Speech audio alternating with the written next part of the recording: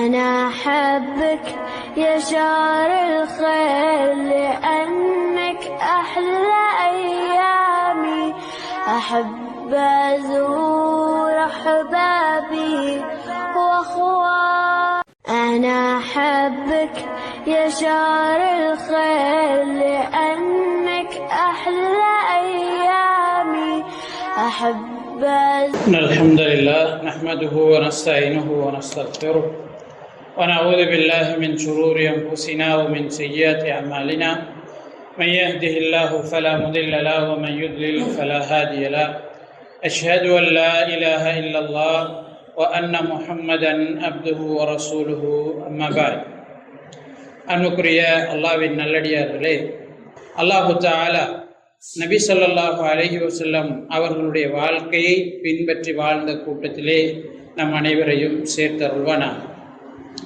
நேற்றைய வகுப்பிலே நாங்கள் அல்லது சென்ற வகுப்பிலே பத்ரு களம் தொடர்பாக பார்த்திருந்தோம். பத்ரு களத்திலே அபூர்வமான சில நிகழ்வுகளும் நடந்து வருகின்றன. எங்களுக்கு தெரியும், நோன்பு 17 ஹிஜ்ரி 2 பத்ர் யுத்தம் நடைபெறுகிறது. யுத்தத்தின் போது நபி ஸல்லல்லாஹு அலைஹி வஸல்லம் அவர்கள் சிலரை கொலை செய்ய வேண்டாம் என்று சஹாபாக்களுக்கு சொல்கிறார். அதில் குறிப்பாக அப்பாஸ் பின் அப்துல் முத்தலிப், நபி அவர்களுடைய சாச்சா, அது மாதிரி அபுல் புஹ்திரி என்று சொல்லக்கூடிய ஒருவர், அவர் நபி ஸல்லல்லாஹு அலைஹி வஸல்லம் அவர்களுக்கும் சஹாபாக்களுக்கும் பாதுகாப்பு அளிக்கக்கூடியவராக மக்காவில் இருந்தார் என்று வரலாறு சொல்கிறது. அது மாதிரி அவர் அந்த ஷீபு அபு தாலிப் பள்ளத்தாக்கில் மக்காவாசிகள் நபி ஸல்லல்லாஹு அலைஹி வஸல்லம் அவர்களையும் சஹாபாக்களையும் பகிஷ்கரிப்பு செய்வதற்காக எழுதிய ஒப்பந்தத்தை கிழித்தவர் என்று சொல்லப்படுகிறது.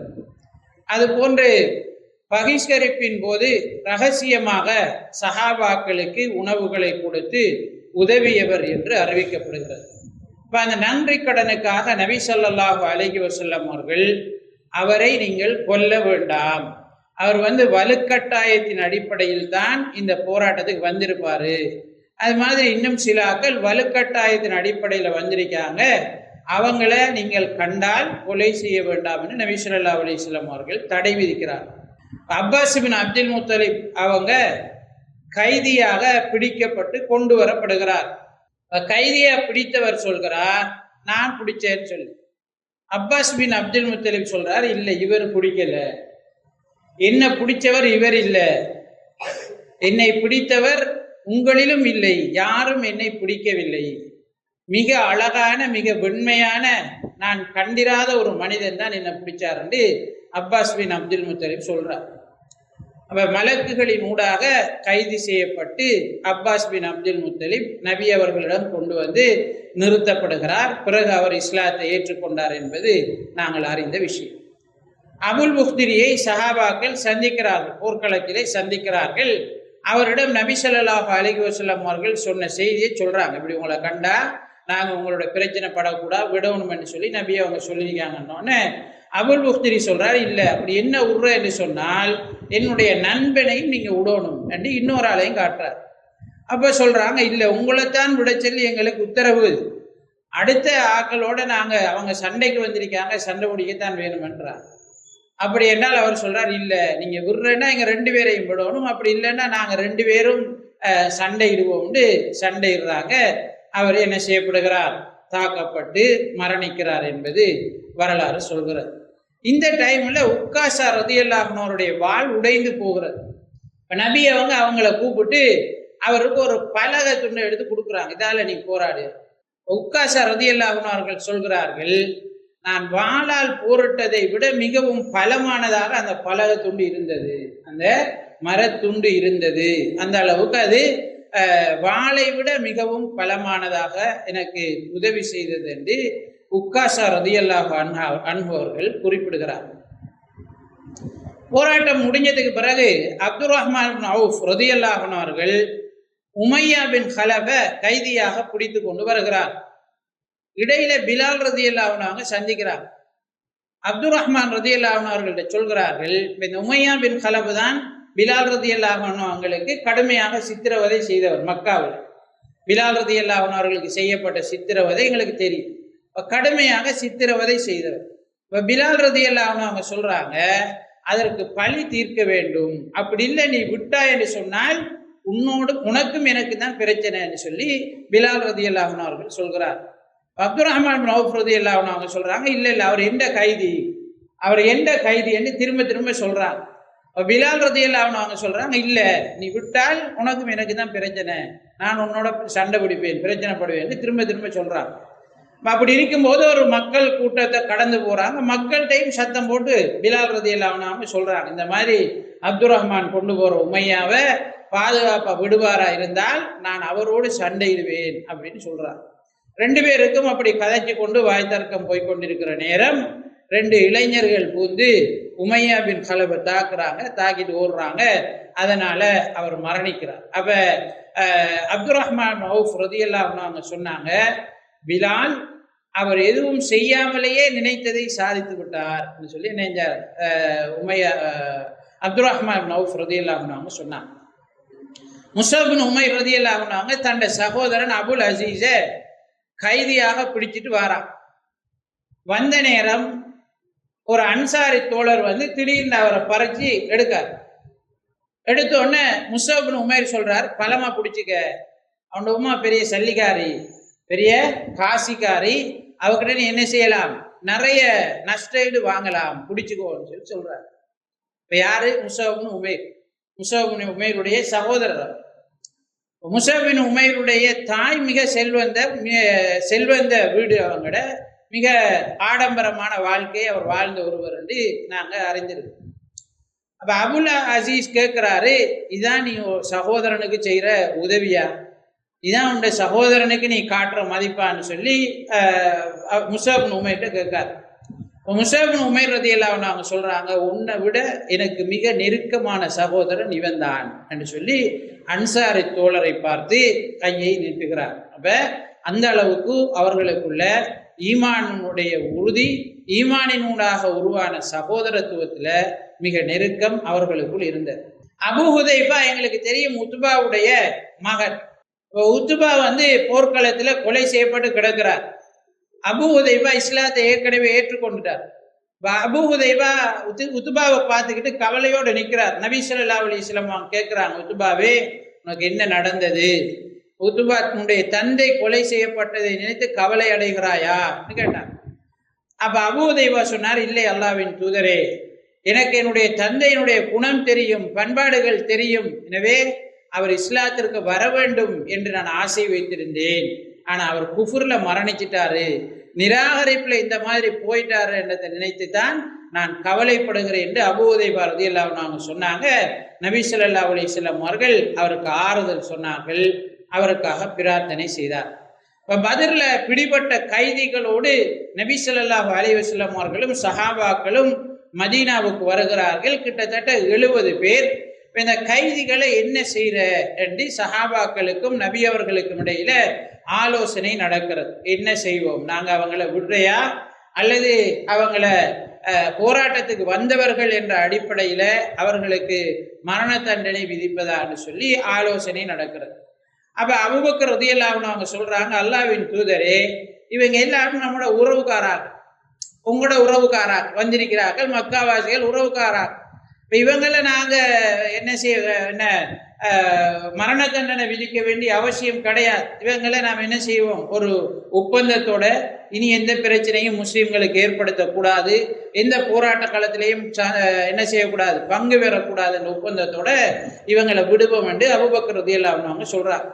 உமர் ரலியல்லாஹு அன்ஹு அவங்கள்ட்ட சொல்றாங்க, அல்லாஹ்வின் தூதரே, இவங்க யாரையும் விடுறதுக்கு எனக்கு ஐடியா இல்லை. இவங்க எல்லாருமே முஸ்லிம்களுக்கு மக்காவில் மிகப்பெரிய துன்பங்களை செய்தவர்கள், எல்லாருமே மக்காவினுடைய தலைவர்கள். இவங்களோட ஏற்பாட்டின் கீழே தான் அவ்வளவு துன்பங்களும் நடந்தது. யாரோட சம்பந்தப்பட்டிருக்காங்களோ அவங்கள விட்டுருங்க, அவங்க பார்த்து கொள்ளட்டும்னு சொல்லி உமர் ரலியல்லாஹு அன்ஹு அவங்க சொல்றாங்க. அப்ப ரசூல் ஸல்லல்லாஹு அலைஹி வஸல்லம் அவர்கள் அபூபக்கர் ரலியல்லாஹு அன்ஹு அவருடைய முடிவை ஏற்றுக்கொள்கிறார்கள். அது முடிவாக ஆகிறது. ஆனா அல்லாஹு தஆலா வசனம் இறக்குகிறான், ரசூலுல்லாஹி ஸல்லல்லாஹு அலைஹி வஸல்லம் அவர்களுடைய முடிவை கண்டித்து வசனம் இறக்குகிறான். மகானலின் நபி அன் யகூன லஹு அஸ்ரா என்ற வசனத்துல இந்த மாதிரி கைதிகளை மன்னிக்கிறதுக்கோ அவங்கள விடுதலை செய்யறதுக்கோ அனுமதி கிடையாதுன்னு சொல்லி நபி ஸல்லல்லாஹு அலைஹி வஸல்லம் அவர்களுக்கு, அதாவது குறிப்பா அந்த கைதிகள் அவங்க விஷயத்துல அந்த வசனத்தை அல்லாஹு தாலா இறக்குகிறான். ஆனாலும் அல்லாஹு தாலா வேறு வசனங்கள்ல நபி அவங்களுக்கு அவர் விரும்பினா என்ன செய்யலாம், மரண தண்டனை விதிக்கலாம், விரும்பினால் அடிமைகளாக வைத்துக் கொள்ளலாம், விரும்பினால் அவர்களுக்கு நஷ்டத்தை பெற்றுக்கொண்டு விடுதலை செய்யலாம்னு வேறு ஒரு வசனத்தில் அல்லாஹு தாலா ரெண்டுக்கும் அனுமதி கொடுக்கிறான். நபி ஸல்லல்லாஹு அலைஹி வஸல்லம் அவர்கள் அபூபக்கர் ரலியல்லாஹு அன்ஹு அவர்கள் சொன்ன அந்த கருத்தின் அடிப்படையில முடிவை எடுக்கிறார்கள். பிடிபட்ட கைதிகளிடமிருந்து நஷ்டஈட்டு தொகையாக ஒவ்வொருவருக்கும் அவருடைய வசதிக்கு ஏற்ப, சிலாக்கள்கிட்ட 4000 தீனார், சிலாக்கள்கிட்ட 3000 தீனார், சிலாக்கள்கிட்ட 1000 தீனார், சிலாக்களுக்கு எதுவும் இல்லாம நபி அவங்களோட சில நல்ல விடயங்களுக்காக விடுதலை செய்யறாங்க. சில ஆக்களுக்கு எழுத்தறிவு இருந்தது. மதீனாவாசியில பொறுத்தவரையில அவங்களுக்கு எழுத்தறிவு குறை, விவசாயிகள். மக்காவாசிகள் வியாபாரி. அப்ப மக்காவாசிகள் கொஞ்சம் எழுத்தறிவு உள்ளாக்கள் கூட. வியாபாரி என்ன கணக்கு பார்க்குற மற்ற இதெல்லாம் இருக்கு. மதீனாவாசிகள் விவசாயிகள். அப்போ விவசாயிகளுக்கு கொஞ்சம் எழுத்தறிவு குறை, அவங்களோட படிப்பு வீதம் குறையத்தான் இருக்கு. இப்போ நபி ஸல்லல்லாஹு அலைஹி வஸல்லம் அவங்க என்ன செஞ்சாங்கன்னா, யாருக்கு அந்த மாதிரி எழுத்தறிவு இருக்குதோ அவங்களுக்கு மதீனாவாசிகள்ல 10 பேரை கொடுத்தாங்க. நீங்க முழுமையாக எழுத்த கிளியரா இவர் எழுத பழக்கினீங்கன்னு சொன்னால், இவங்க எழுத பழக்கினால் உங்களுக்கு விடுதலை அப்படின்னு சொல்லி இந்த எழுத்தறிவை மதீனாவாசிகளுக்குள்ள நபி அவங்க கொண்டு வரதுக்கு இது ஒரு சந்தர்ப்பமாக பயன்படுத்தி கொண்டார்கள். இப்படி என்ன செய்கிறார்கள், கைதிகள் விடுதலை செய்யப்படுகிறார். நபி ஸல்லல்லாஹு அலைஹி வஸல்லம் அவர்களுடைய இந்த வெற்றி தொடர்பாக, முஸ்லிம்கள் பத்ர் களத்தில் அடைந்த வெற்றி தொடர்பாக அல்லாஹு தஆலா அல் அன்ஃபால் என்ற அத்தியாயத்தை இறக்குறார்.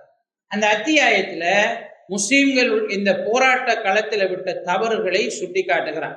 அது மாதிரி அல்லாஹு தாலாவின் புறத்திலிருந்து அவர்களுக்கு வந்த உதவிகளை அல்லாஹு தாலா ஞாபகப்படுத்துகிறார். அப்ப அவங்க என்ன செஞ்சிடக்கூடாது, ஒரு மமதையில இருந்துடக்கூடாது. நம்ம வெற்றி அடைஞ்சிட்டோம், இனி நம்மளுதான் இல்லாம 300 பேர் போய் 1000 பேரை தோக்கடிச்சிட்டோம், எவ்வளவு ஆயுதங்களோட வந்தாங்க, நம்மள்ட்ட ஒன்றுமில்லை, ஆனா எல்லாரையும் தோக்கடிச்சு ஓட்டம் காட்டிட்டோம் பாருங்க, அப்படி இப்படி என்று அவங்களுக்குள்ள வீரவாசம் பேசி அவங்க என்ன ஒரு மிதப்பில் இருக்காம அல்லாஹு தாலா அவங்களுக்கு என்ன செய்தான், ஞாபகப்படுத்தினான். அல்லாஹுவிடமிருந்து உங்களுக்கு கிடைத்த வெற்றி, அல்லாஹுவிடமிருந்து உங்களுக்கு கிடைத்த உதவி என்றதை ஞாபகப்படுத்தி அவர்களை பேலன்ஸ் நிலைக்கு அல்லாஹு தாலா அந்த சூறாவில் கொண்டு வரான். அது மாதிரி நபி ஸல்லல்லாஹு அலைஹி வஸல்லம் அவர்களுக்கு இந்த போராட்ட களத்தில் இருந்த இலக்குகளை அல்லாஹு தஆலா அதுல ஞாபகப்படுத்துகிறான். அது மாதிரி இணை வைப்பாளர்களுக்கு அல்லாஹு தஆலா அழைக்கிறான், இஸ்லாத்தின் பக்கம் அழைக்கிறான். நீங்க இஸ்லாத்தை ஏற்றுக்கொள்ளுங்க, இஸ்லாத்துக்கு வாங்கன்னு அல்லாஹு தஆலா அழைக்கிறான். அது மாதிரி அந்த சூறாவுல கனிமத் பொருட்களை எப்படி பங்கிடுற, அதாவது போராட்ட களத்துல எதிரிகள் விட்டு ஓடிய விட்டு சென்ற பொருட்கள் கனிமத் பொருட்கள், அந்த பொருட்களை எப்படி பங்கிடுறேன்னு அல்லாஹு தாலா தெளிவுபடுத்துகிறான். அது மாதிரி போராட்டத்திற்குரிய சட்டங்களை அல்லாஹு தாலா தெளிவுபடுத்துறான். வெறுமனே நீ கண்ட மாதிரி நடந்துக்கேன்னு அல்லாஹு தாலா சொல்லாம போராட்டத்துக்கு இஸ்லாத்துல என்னென்ன விதிமுறைகள் இருக்கிறது என்கிறத அல்லாஹு தாலா இந்த சூறாவுல தெளிவுபடுத்துகிறான். அது மாதிரி ஒரு நாடு என்ற அடிப்படையில், ஒரு அரசு என்ற அடிப்படையில் பின்பற்றப்பட வேண்டிய சட்டதிட்டங்கள் தொடர்பாகவும் அல்லாஹு தஆலா இந்த அத்தியாயத்திலே விளக்கி இருப்பதை நாங்கள் பார்க்கிறோம். அன்புக்குரிய அல்லாஹ்வின் நல்லடியார்களே, ஹிஜ்ரி 2வது ஆண்டுதான் நோன்பும் கடமையாக்கப்பட்டது. நோன்பு 17 தான் இந்த யுத்தம் என்ன செய்தது, நடந்தது. நோன்புல தான் ஜக்காத்துல் ஃபித்ரும் என்ன செய்யப்பட்டது, 2வது ஆண்டுல தான் கடமையாக்கப்பட்டது. அப்ப அந்த நோன்பு பெருநாள் ஷவ்வால் மாதத்தினுடைய முதல் பிறை சஹாபாக்களுக்கு ரெட்டிப்பு சந்தோஷத்தை கொடுத்தது. மிக பெரும் பெருநாளாக அந்த முதல் பெருநாள் அவர்களுக்கு இருந்தது. ஏனென்றால் அவர்களுக்கு இருந்த மிகப்பெரிய எதிரி, தொடர்ந்து குடைச்சலை கொடுத்து கொண்டு இருந்தவர்களுக்கு எதிராக அல்லாஹு தஆலா வெற்றியையும் உதவியையும் செய்திருக்கிறான் என்பது அவர்களுக்கு மிகப்பெரிய சந்தோஷத்தை கொடுத்தது. அந்த பெருநாளை சந்தோஷமாக அவர்கள் கொண்டாடினார். ஆனாலும் இந்த வெற்றி மக்காவில் இருந்த யூதர்களுக்கு மிகப்பெரிய ஒரு கோபத்தை உருவாகிச்சு. ஏன் யூதர்கள் மதீனாவில் இருந்த யூதர்கள் மதீனாவில் இருந்த விவசாயிகளை சுரண்டி வாழ்ந்தவர்கள். அடுத்தவண்ட ரத்தத்துல வாழ்க்கை நடத்துவதுதான் யூதர்களுடைய பண்பாடு. அது அப்பவும் அப்படித்தான், இப்பவும் அப்படித்தான். அப்ப யூதர்களுக்கு மதீனாவாசிகள் இந்த கொஞ்ச பேரு மக்காவாசிகளை அடக்கி ஒடுக்கி திரத்திட்டான் என்பது யூதர்களுக்கு ஒரு கோபத்தை கொடுத்தது, அவர்களுக்கு ஒரு பயத்தையும் கொடுத்தது.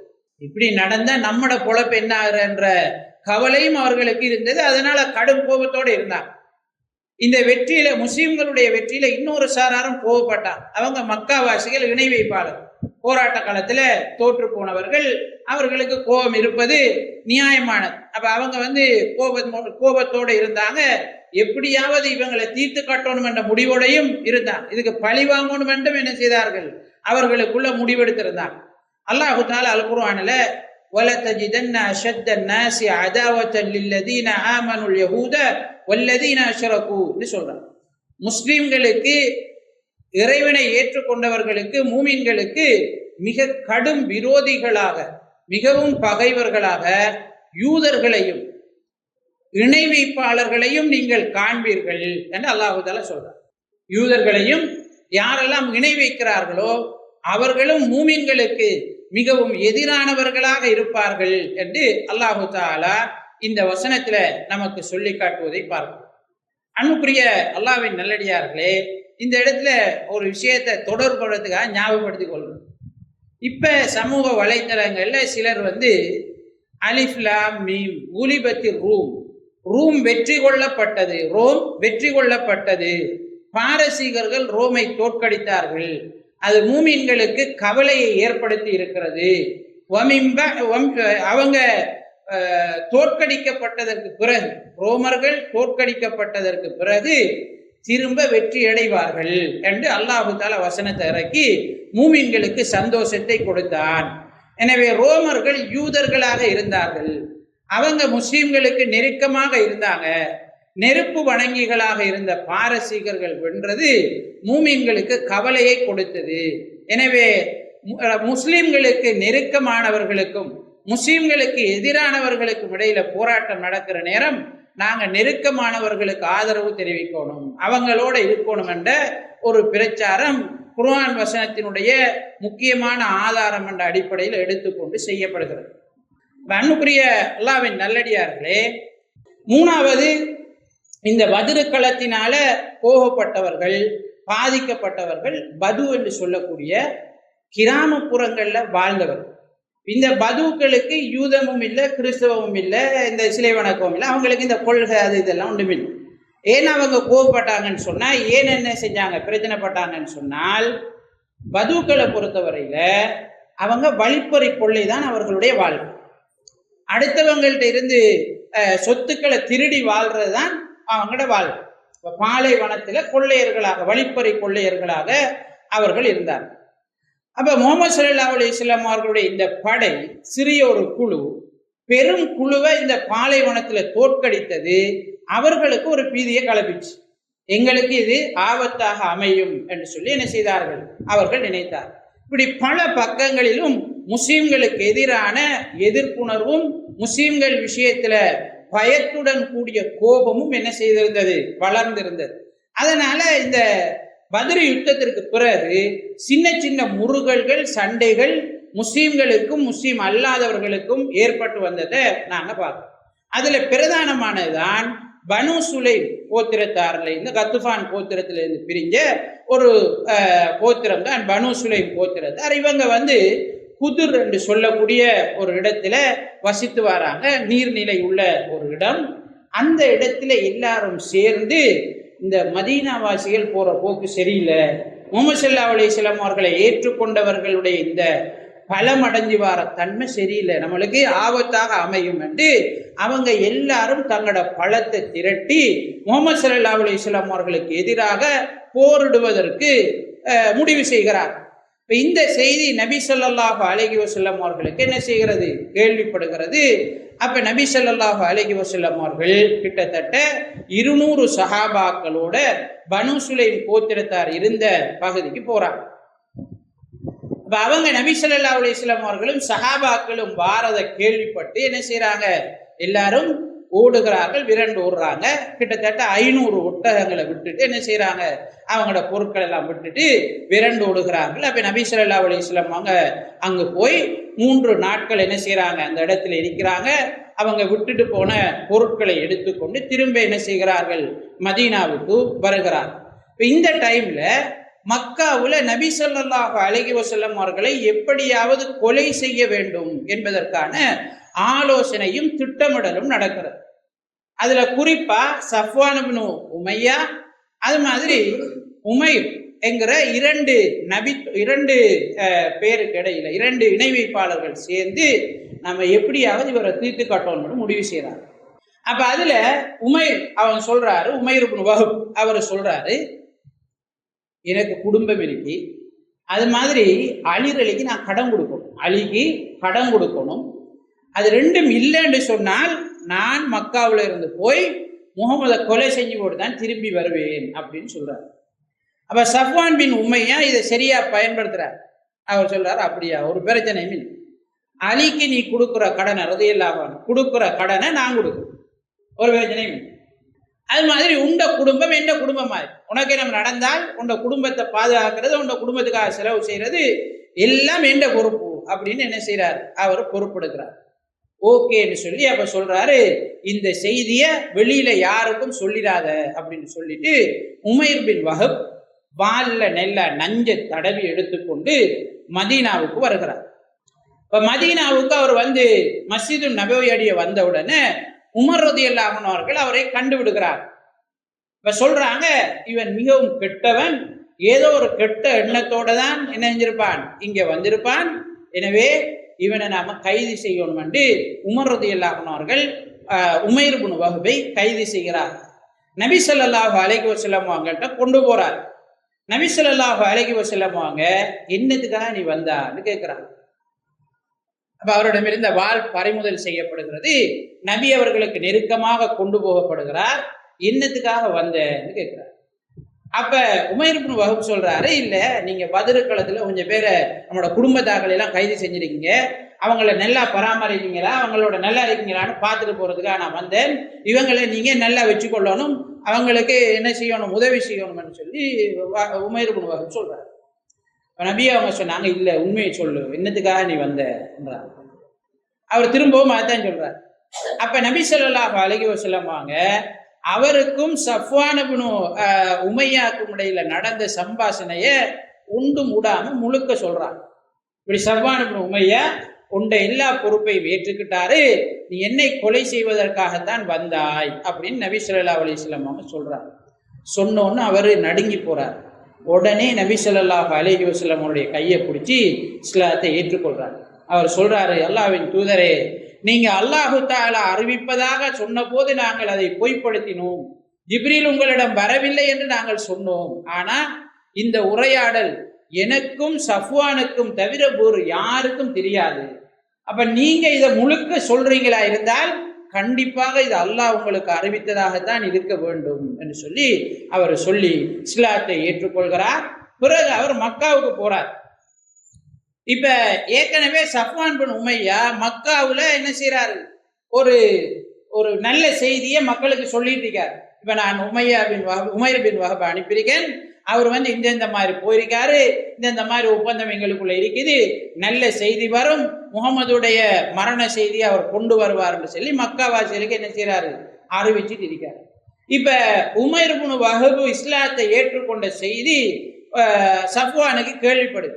அப்ப சஃப்வான் முழுக்க என்ன செய்யறாரு, அவர்களுடைய ஒப்பந்தம் எல்லாம் முறிச்சு இனி எனக்கும் அவருக்கும் தொடர்பில்லை அப்படின்னு சொல்லிடுறாரு.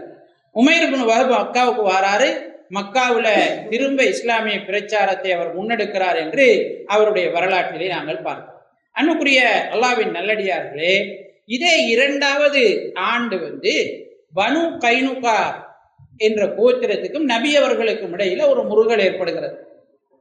பனு கைனுகா என்று சொல்லக்கூடிய கோத்திரம் மதீனாவுல வாழ்ந்த மிக பலம் வாய்ந்த யூத கோத்திரங்கள்ல ஒன்று. இவர்கள் போராட்ட கருவிகளை செய்யக்கூடியவங்களா இருந்தாங்க, பாத்திரங்களை செய்யக்கூடியவர்களாக இருந்தார்கள், செல்வந்தர்களாக இருந்தார்கள், பலம் வாய்ந்தவர்களாக இருந்தாங்க. அப்ப ஏனைய கோத்திரங்களை விட இவர்களுக்கு ஒரு பலமும் மக்களுக்கு மத்தியில் ஒரு செல்வாக்கும் இருந்தது. அதை பயன்படுத்தி முஸ்லிம்களுக்கு எதிராக உள்ளுக்குள்ள இருந்து சதி செய்கிற வேலைகளை அவர்கள் செய்து கொண்டிருந்தார்.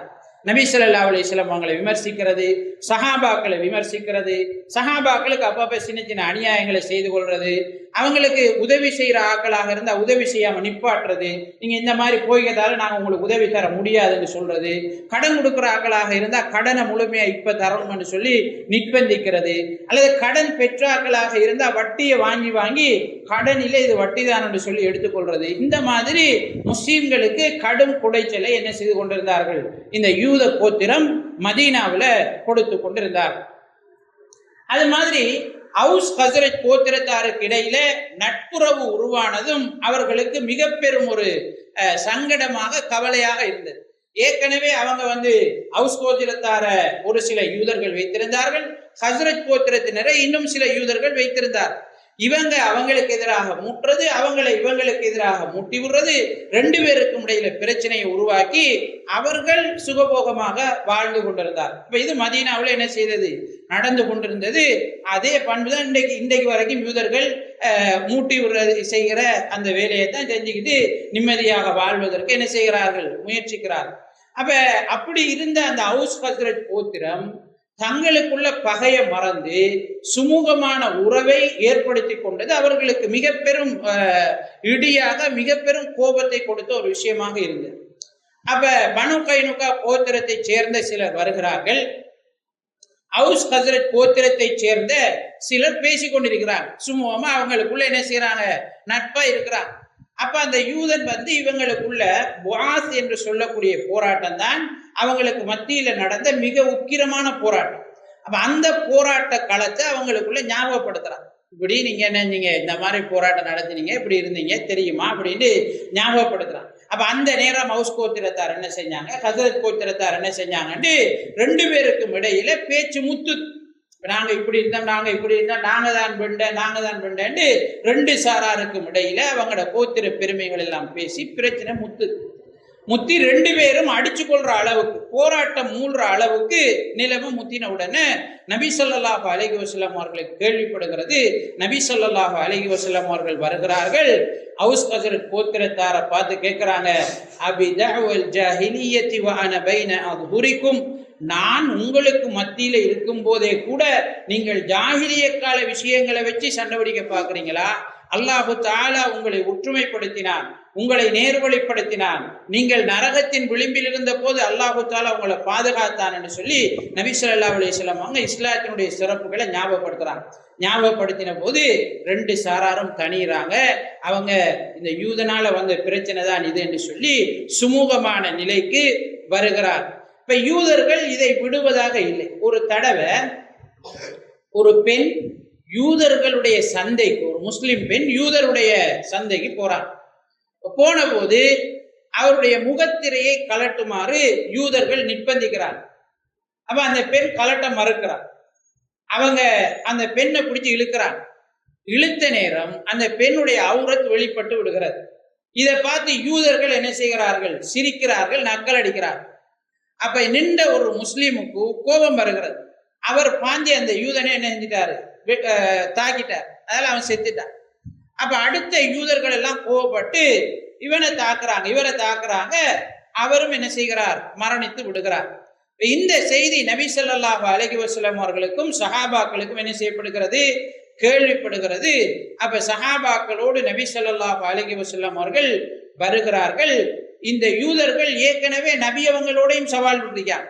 நபி ஸல்லல்லாஹு அலைஹி வஸல்லம் அவங்கள்ட்ட சவால் விட்டுருக்கிறார்கள். நபி ஸல்லல்லாஹு அலைஹி வஸல்லம் அவங்களை பார்த்து, நீங்க மக்காவில இருந்து வந்த ஒன்றும் தெரியாதவனை தான் என்ன செஞ்சிருக்கிறீங்க, மிகச்சிருக்கிறீங்க. நாங்க வீரர்கள், எங்களோட ஏழுமண்டா என்ன செய்யுங்க, சண்டைக்கு வந்து பாருங்க, நீங்க எதிர்பார்க்கறது வேற மாதிரி இருக்கும், முடிவு வேற மாதிரி இருக்கும் என்று நபி அவர்களோடு கூட ஏற்கனவே அவங்க என்ன செஞ்சிருக்கிறாங்க, சவால் விட்டு இருக்கிறார்கள். ஆனாலும் நபி ஸல்லல்லாஹு அலைஹி வஸல்லம் அவங்க பொறுத்து பொறுமையாக இருந்திருக்கிறார்.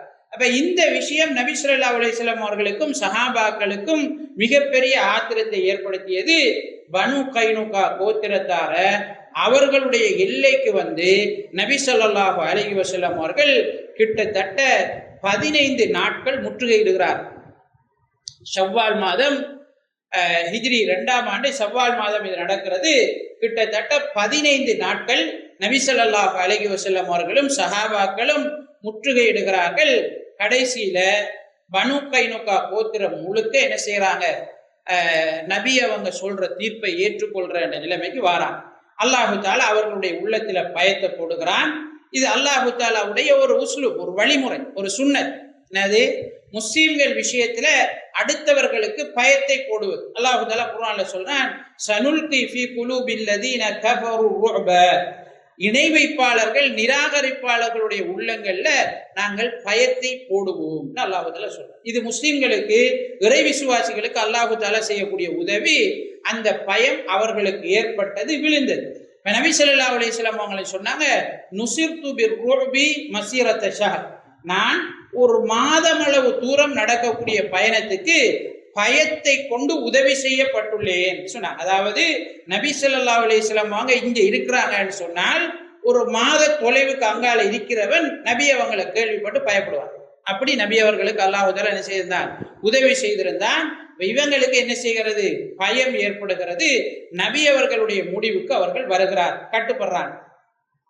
அப்ப அப்துல்லாஹ் இப்னு உபய் இப்னு சலூல் வா, அவன் யாரு, முனாஃபிக்களுடைய தலைவர், மதீனாவுல வாழ்ந்த இணை முனாஃபிக்களுடைய நயவஞ்சகளினுடைய தலைவர். அவன் முஸ்லீமாக நடித்து இஸ்லாத்தை ஏற்றிருந்தான். அது கிட்டத்தட்ட ஒரு மாதம் தான், ஒரு மாதத்துக்குள்ளதான் இது நடந்திருந்தது. அப்ப அப்துல்லா இப்னு உபய் இப்னு சலூல் வந்து சொல்றான், இவங்க எல்லாம் மதீனாவாசிகள், இவங்க எல்லாம் கௌரவமானவர்கள், அவர்களை நீ கொலை செய்ய முடியாது, நீ அவங்கள கௌரவிக்கணும், அவங்கள முழுமையாக விடுதலை செய்ய வேண்டும் என்று சொல்லி அவர்கிட்ட நபி ஸல்லல்லாஹு அலைஹி வஸல்லம் அவர்களிடம் சொல்கிறார். அவன் நபி ஸல்லல்லாஹு அலைஹி வஸல்லம் அவங்க மதீனாவுக்குள்ள இவங்க இருக்கக்கூடாது என்ற நிபந்தனையோடு அவர்களை என்ன செய்கிறார்கள், மதீனாவை விட்டு துரத்துகிறார்கள் என்று நாங்கள் பார்க்கிறோம்.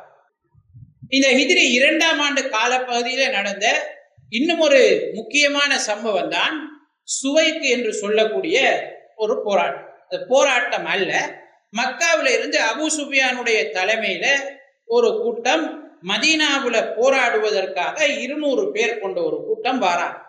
மதீனாவுக்கு வந்து பார்க்கிறாங்க. மதீனாவுல வாழ்ந்தவர்கள்ட்ட அடைக்கலம் கேட்கிறார். அவங்க யாரும் அடைக்கலம் கொடுக்கல. அப்ப பனு நுதைர் கோத்திரத்தார்ட்ட போறாங்க. அவங்க சிலர் இவர்களை ஆதரிக்கிறார்.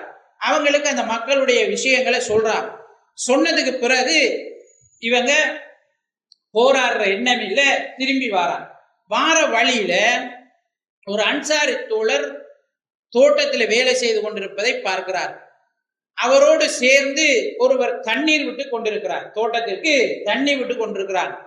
2 பேரையும் சண்டையிட்டு கொலை செய்துட்டு அவங்க பயத்தினால மதீனாவை விட்டு ஓடி விடுகிறார். நபி ஸல்லல்லாஹு அலைஹி வஸல்லம் அவர்களும் சஹாபாக்களும் அவங்களை திரட்டி வந்த போதும் அவர்கள் மதீனாவை விட்டு மக்காவுக்கு ஓடி விடுகிறார்கள். இந்த சுவைக்கு என்று அதற்கு பெயர் வந்தது. இந்த சம்பவத்துக்கு சுவைக்கு என்று சொல்லப்படுகிறது. இதுவும் ஹிஜ்ரி 2ஆம் ஆண்டுல நடந்த ஒரு சம்பவம்.